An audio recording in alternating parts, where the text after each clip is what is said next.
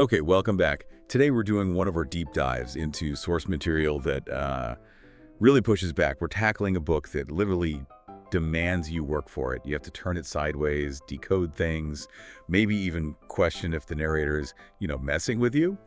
We are getting into Mark Z. Danielewski's House of Leaves. Yeah, this is such a fascinating one. It's a book that really challenges how you even think about reading, about reality itself. And I think right off the bat, we need to define what kind of book this even is. It's the classic example of something called ergodic literature. Ergodic. Okay, that sounds academic. What does that actually mean for someone picking up this, massive 700-page book? It sounds complex, but the idea is pretty simple, actually. It's from Greek. Ergon means work, and hodos means path. Merrily. So it just means the text demands non-trivial effort from you, the reader, to actually navigate it. You're not just reading line by line, page by page. You're sort of pathfinding. Exactly. You have to actively work to get through the structure. The structure is a huge part of the story itself. That makes sense. It sets the stage perfectly. So today we're going to be your guides, hopefully, through that path. We're going to unpack the layers of narration, look at the weird visual codes, the colors, the fonts, and dig into that central metaphor, the Minotaur and the Labyrinth, because that really gets to the heart of it, I think. Absolutely. It's all about trauma in the mind. So let's start with the physical book. People call it horror, postmodern, metafiction. But just holding it, it feels like a puzzle, right? Oh, definitely. The format is the monster, in a way. The story's about this impossible, confusing house, and the book itself becomes physically impossible and confusing. You literally have pages you need to turn sideways or read text in a mirror. Sometimes there's just one word floating on a page. It creates this feeling of space or sometimes intense claustrophobia. So the form isn't just describing the weird house, it is the weird house. Precisely. It is the architecture of the experience. And underpinning that architecture is this really complex narrative structure, like layers within layers. You mentioned that's crucial. Oh, absolutely essential. If you don't get the layers, you kind of miss the whole point about truth and reliability. There are basically three main ones tangled together. Okay, break it down for us. Layer one. Layer one is what looks like the main text. Zampanò's manuscript. It's written in that very standard, academic-looking Times New Roman font. Zampanò is supposedly this old, blind scholar, and his manuscript is this dense, pseudo-academic analysis of a documentary film, a film called The Navidson Record. Which doesn't actually exist, right? Well, within the story, it's presented as real, and that film is layer two, The Navidson Record. This is the core horror story. A hook? Exactly. It's about Will Navidson, his partner Karen Green, their kids. They moving to this house in Virginia, and well, it starts doing impossible things. It's bigger on the inside. Much bigger. Infinitely bigger, potentially. And terrifyingly so. Not ghosts, but shifting architecture. Endless gray corridors, this impossible staircase going down forever, and this low growl you sometimes hear. Super creepy. So Zampanò is analyzing this film. Supposedly analyzing it, yeah. But then comes layer three, which completely messes everything up. Johnny Truant's footnotes. Johnny. He feels like the main character almost. His notes are in that typewriter-style Courier font, right? Yep, very different feel. He's this young guy, works at a tattoo parlor, apparently finds Zampanò's manuscript after the old man dies, and decides to edit it. But his footnotes aren't just editing notes. Not at all. They become his own story. They track his mental deterioration, his paranoia, his obsessions, his delusions. They all spill out as he gets deeper into Zampanò's text. And this is where the whole idea of reliability just collapses, right? Because neither of these guys seems trustworthy. Exactly. That's the core tension. You have Zampanò, the blind scholar, writing about film. How? And Truant points this out. He says, the Navidson Record film is probably fake. Zampanò couldn't have seen it. Okay, so Truant is calling out Zampanò's unreliability. But then Truant himself is completely unreliable. He admits to making things up, to maybe having hallucinations. He tells these wild tangential stories in the footnotes. Like that whole pit boxer thing, where he claims he was some kind of underground fighter. Yeah, which seems totally fabricated, just him trying to sound tough or interesting. He directly tells you, the reader, that he might be lying to you. So you have the academic text in Times New Roman, maybe full of scholarly BS from a blind man, and the personal text in Courier, full of paranoia and admitted lies. Right. The book basically forces you to constantly ask, who do I believe? Can I believe anything here? It weaponizes format against your desire for a simple, true story.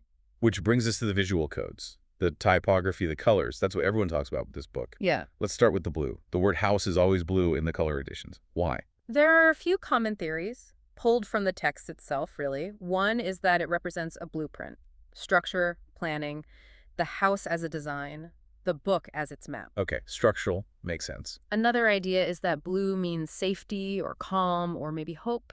There's a point where Karen, Will's partner, who is sort of his emotional home, is described as a blue figure. So blue as stability.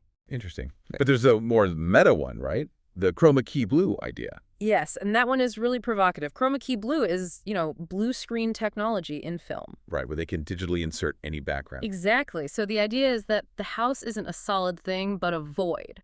A blue screen background onto which characters and you, the reader, project your own stuff, your fears, your interpretations. It's fundamentally empty, maybe.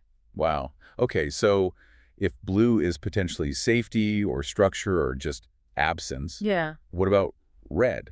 The word minotaur is red, and so are all the bits of text that are struck through. Red feels much more straightforwardly negative. It's linked to violence, trauma, danger, blood, obviously. But also those strike-throughs, it's like censorship or information being deliberately hidden, maybe something painful the narrator wants to erase but can't quite get rid of, like a scar.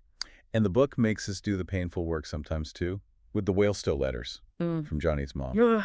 Yes, the whale still letters. They're in a third font, Kennerly, written by Johnny's mother, Pelafina, from a psychiatric institution. And they have codes hidden in them. Right. This is where that non-trivial effort comes back, but it feels kind of cruel this time. Pelafina hides messages using the first letter of each word. You, the reader, have to painstakingly decode them. Like becoming a detective or a scholar. Exactly. You put in all this work uncovering these really disturbing messages about abuse she claims happened in the institution. But then, doesn't Johnny later cast doubt on all that? He does, and Pelafina herself writes a later, more lucid letter admitting her grasp on reality back then was, let's say, shaky. That those coded claims might have been delusions. So you do all the hard decoding work, feel like you found this hidden, awful truth. Only for the book to suggest it was probably just a lie, a product of mental illness. It makes you question the whole value of that kind of deep textual analysis. The joke's on the reader for trying so hard to find objective truth in such a compromised text. That whole pattern, seeking external truth, finding internal chaos, seems like the perfect lead-in to the Minotaur. The house is a labyrinth, so there must be a monster, right? Symbolically, yes. And the consensus is that the Minotaur isn't a literal beast, it's an allegory. It represents the inner demons we try to hide. Think about the Greek myth. King Minos hid the Minotaur in the labyrinth out of shame. So the monster is tied to shame, fear, trauma, regret. The stuff you lock away inside yourself.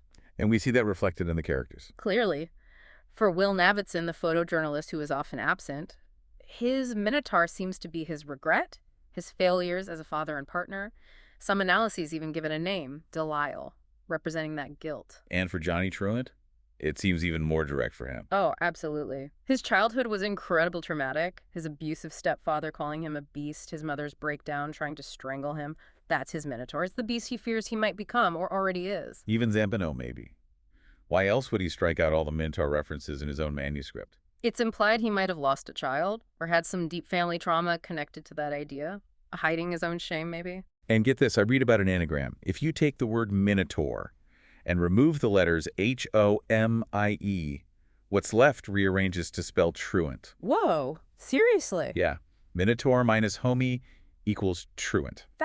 Wow, that's brilliant. It literally embeds his identity in the monster. And it connects to Johnny's own advice later, doesn't it? He says something like, do not try to turn the Minotaur into your homie. Exactly. It reinforces the idea that you can't just domesticate your deepest fears or traumas. You have to confront them, maybe keep them at arm's length, but trying to befriend them, ignore their danger, that leads to self-destruction. Like what happened to Holloway Roberts, the explorer guy. Right. Holloway ran from his past demons, refused to face whatever his Minotaur was, and the labyrinth consumed him. He literally became a monster inside the house, tearing himself apart. He didn't confront it. He was devoured by it. But Karen, Will's partner, she gets through it.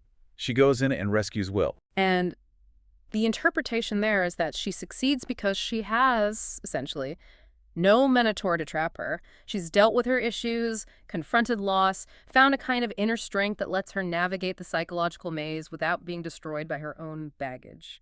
So when you really dive deep, the book isn't really about whether the spooky house is real or not. Not primarily, no. It's more about that whole quest for external proof, for some kind of objective, capital T truth.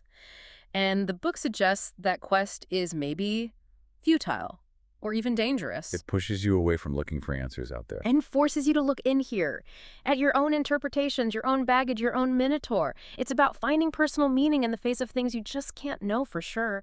Accepting the mystery. That makes a lot of sense. It reframes the whole experience. And maybe the final thought, connecting it all, the book uses these unreliable academic and editorial figures, right? Zampanò and Truant.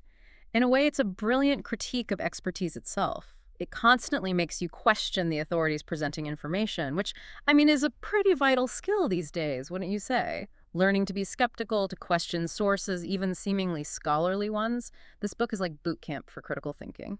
A labyrinthine boot camp. Well, hopefully we provided a bit of a map through some of its most important passages today.